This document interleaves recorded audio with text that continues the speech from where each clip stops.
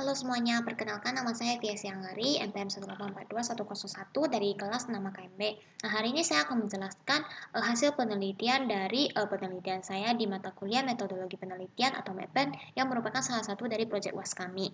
Nah, adapun judul dari penelitian saya yaitu analisis pengaruh penghindaran pajak, likuiditas, dan ukuran perusahaan terhadap nilai perusahaan. Nah, sebelum saya menjelaskan hasil penelitian saya, pertama-tama saya akan menjelaskan model penelitian saya terlebih dahulu. Nah, ini adalah model dan juga hipotesis penelitian saya. Saya menggunakan 3 variabel independen yaitu tax avoidance, likuiditas, dan juga ukuran perusahaan dengan 2 variabel kontrol atau leverage dan juga industry type kepada variabel dependennya yaitu nilai perusahaan atau firm value ataupun corporate value. Nah, ini penggabungan dari dua jurnal yaitu dari Zuro tahun 2019 dan juga Azam dan Wang tahun 2020. Nah, selanjutnya saya akan menjelaskan hasil penelitian. Hasil penelitian pertama itu saya uji statistik deskriptif. Nah, bisa kita lihat bahwa di statistik deskriptif ini ada minimum, maksimum, rata-rata, serta standar deviasi. Nah, saya akan mulai dari nilai perusahaan. Nah, bisa dilihat kalau misalnya eh, nilai perusahaan itu pengukurannya dari laba bersih dibagi sama total aset ya. Jadi kalau berdasarkan Undang-Undang Nomor 21 Tahun 2011 tentang OJK atau Otoritas Jasa Keuangan Lembaga Negara Republik Indonesia tahun 2011 Nomor 111 tambahan Lembaga Negara Republik Indonesia Nomor 5253 dan juga Peraturan OJK Indonesia Nomor 28 POJK Nomor 5 Tahun 2020. Nah, tentang penilaian tingkat kesehatan lembaga jasa keuangan bahwa rentabilitas merupakan salah satu alat ukur untuk mengevaluasi nilai perusahaan. Nah, salah satu pengukuran rentabilitas adalah ROA ataupun Return on Asset menurut jurnal dari Wakano tahun 2018. Nah, sesuai dengan profil industri otoritas jasa keuangan dari 2015 hingga 2019 menunjukkan bahwa rasio ROA atau Return on Asset di antara 2,26% sampai 2,69%. Nah, kita bisa lihat kalau misalnya dari rata-rata hasil pengujian saya itu 0,02 atau 2%. Nah, berarti dia berada di bawah rata-rata dari data industri otoritas jasa keuangan. Berarti nilai perusahaan yang dimiliki oleh sampel perusahaan yang saya pakai itu rata-rata di bawah, jadi kurang baik dari standar yang sudah ada dari OJK. Terus selanjutnya adalah effective tax rate 1 ETR dan juga effective tax rate 2 CETR. Ini adalah pengukuran untuk penghindaran pajak. Nah, dalam penghindaran pajak ini kan di rata-ratanya ada 0,03 sama minus 0,04. Nah, pengukuran yang digunakan dalam kedua ini menurut Astuti dan juga Aryani tahun 2017, rata-rata nilai rasio ETR dengan titik tertinggi itu capainya sampai 35%. Terus kalau si ETR itu dia titik tertinggi sampai 40%. Terus kalau di rata-rata ini kan ETR-nya itu 0,03 atau 3% dan si ETR-nya minus 0,04 atau minus 4%. Berarti kan angkanya ini di bawah dari rata-rata menurut Jona Astuti dan Aryani 2017 tadi. Jadi dapat disimpulkan bahwa tingkat penghindaran pajak dalam penelitian ini menunjukkan bahwa penghindaran pajak yang semakin besar, maka nilainya akan penghindaran pajak yang besar itu nilainya akan semakin kecil karena nilai rata-rata yang di dalam perusahaan yang sampel yang saya gunakan itu berada di bawah rata-rata dari ketentuan tadi. Terus yang next ada likuiditas. Likuiditas itu diperoleh dari aset lancar dibagi dengan liabilitas lancar.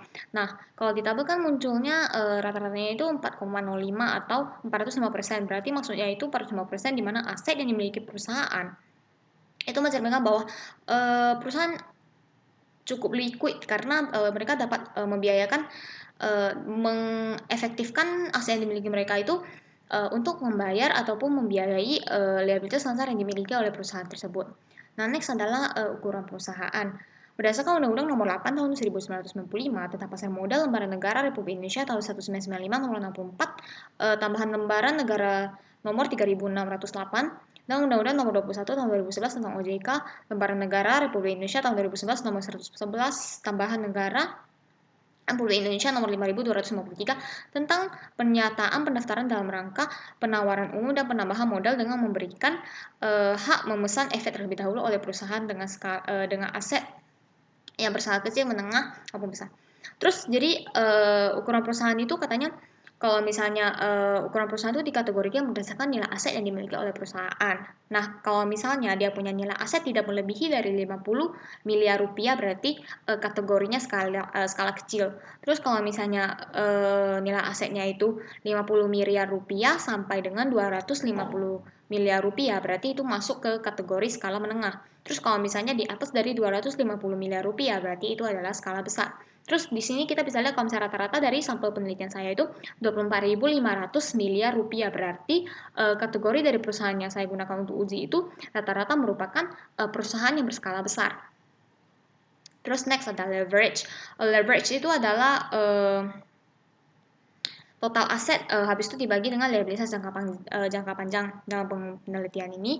Terus di rata-ratanya kita bisa kalau misalnya sana ada 0,20 atau 20%, berarti maksudnya perolehan dari rata-rata perusahaan yang saya gunakan itu asetnya itu diperoleh dari sebanyak 20% diperoleh dari liabilitas jangka panjang.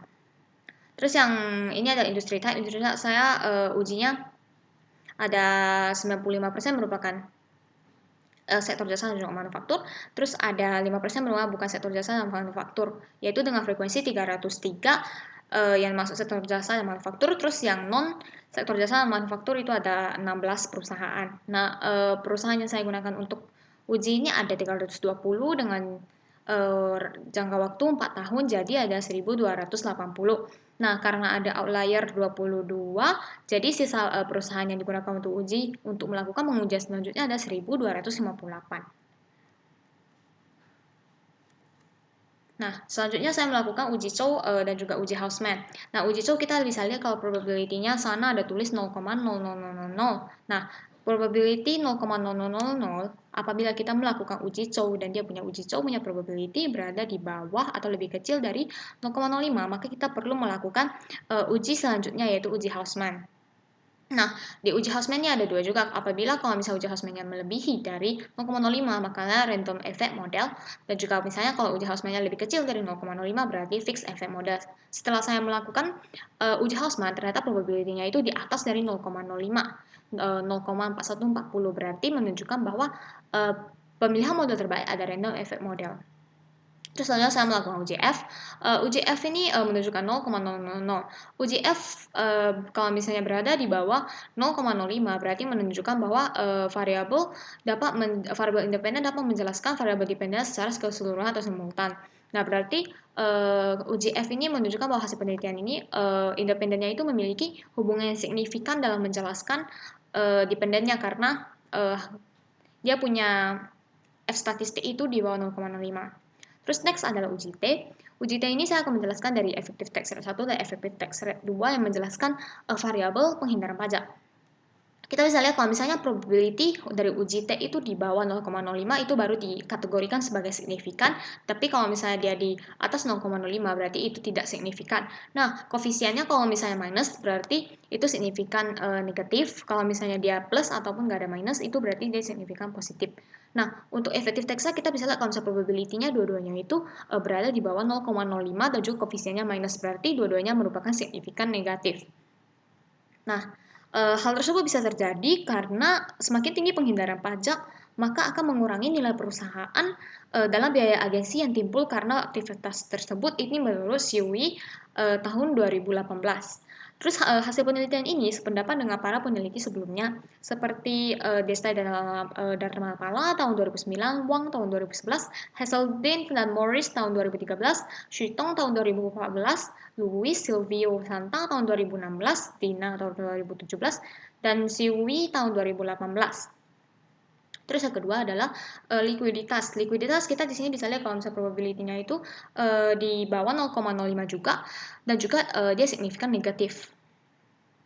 Jadi maksudnya likuiditas ini bisa signifikan negatif karena semakin besar likuiditas suatu perusahaan berarti kan maksudnya liquid ya, cair ya. Jadi pembiayaan internalnya itu juga semakin lancar dan juga semakin gampang gitu.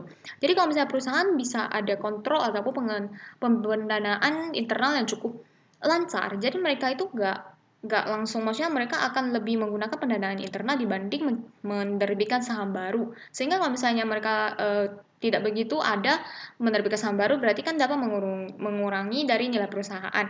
Ini menurut Sari tahun 2020. Nah, ada beberapa peneliti yang berpendapat sama dengan hasil penelitian ini, yaitu Tahu dan Susilo tahun 2017, Hidayah dan Ramawati tahun 2019, Juro tahun 2019, dan Sari tahun 2020. Terus selanjutnya adalah ukuran perusahaan. Nah, ukuran perusahaan di sini juga signifikan karena di probability-nya di bawah 0,05 tapi koefisiennya itu plus, jadi dia signifikan positif. Hal tersebut bisa terjadi karena semakin besar ukuran perusahaan, maka semakin besar pula kepercayaan ataupun pandangan investor atas kemampuan ataupun ability dari perusahaan untuk melakukan operasional lebih baik secara efektif dan juga efisien, sehingga hal tersebut dapat meningkatkan nilai perusahaan. Ini menurut Hapsoro dan juga Fali tahun 2020. Nah, selain Hapsoro dan Fali, ada beberapa peneliti yang sependapat dengan hasil penelitian, yaitu Sembiring tahun 2006, Fitri Prasetyoni tahun 2013, Rizkia tahun 2013, Puspita dan Febrianti tahun 2018, Husna dan Satria tahun 2019, Kartika Dewi dan Albunanti tahun 2019, Hapsor Navali tahun 2020. Terus teks ada leverage. Leverage di sini juga signifikan negatif ya, karena probability-nya di bawah 0,05 dan juga koefisiennya itu minus, jadi signifikan negatif. Hal tersebut bisa terjadi karena utang yang dimiliki perusahaan bukan merupakan pandangan ataupun pertimbangan utama bagi investor untuk menginvest dia punya modal ataupun dana. Karena menurut investor ini utang yang dimiliki oleh perusahaan itu maksudnya kayak semakin besar utang perusahaan berarti perusahaan itu tidak baik, bukan seperti itu, karena yang dilihat investor ini adalah bagaimana perusahaan mengoperasikan ataupun mengelola dana dari utang ini untuk menjalankan kegiatan operasionalnya secara efisien gitu. Jadi kalau misalnya dia punya hutang semakin banyak, jadi bukan berarti semakin kurang dia punya semakin kurang dia punya nilai perusahaan. Nah, ini menurut Tahu dan juga Susilo tahun 2017. Terus kalau yang terakhir adalah industry type atau tipe industri. Di sini tidak signifikan ya, karena dia punya probability itu di atas dari 0,05. Jadi hal ini bisa terjadi karena nilai perusahaan yang diperoleh dari suatu perusahaan itu bukan, maksudnya belum tentu dari dia punya jenis ataupun tipe industri maupun bidang industri yang dimiliki oleh perusahaan tersebut. Jadi kan kalau nilai perusahaan itu dinilai dari dia punya net profit, aset ataupun kepercayaan yang dimiliki oleh orang luar kepada perusahaan tersebut. Bukan berarti kalau misalnya tipe industrinya itu berarti menjelekkan ataupun menggambarkan atas nilai perusahaan. Jadi nilai perusahaan dinilai dari kemampuan perusahaan dalam mengelola perusahaan tersebut. Ini menurut Adawiyah tahun 2013. Terus next adalah adjusted R squared. Adjusted R squared ini menandakan bahwa seberapa besar variabel independen dapat menjelaskan variabel dependennya. Nah, kita bisa lihat kalau misalnya ada 0,097604 berarti sebesar 9,76% variabel independen dapat menjelaskan variabel dependen secara keseluruhan, dan juga sisanya 90,24% itu dapat dijelaskan oleh variabel lain. Oke, sekian dari video mengenai hasil penelitian dari MedPen saya. Terima kasih atas perhatiannya. Mohon maaf jika ada kesalahan. Thank you.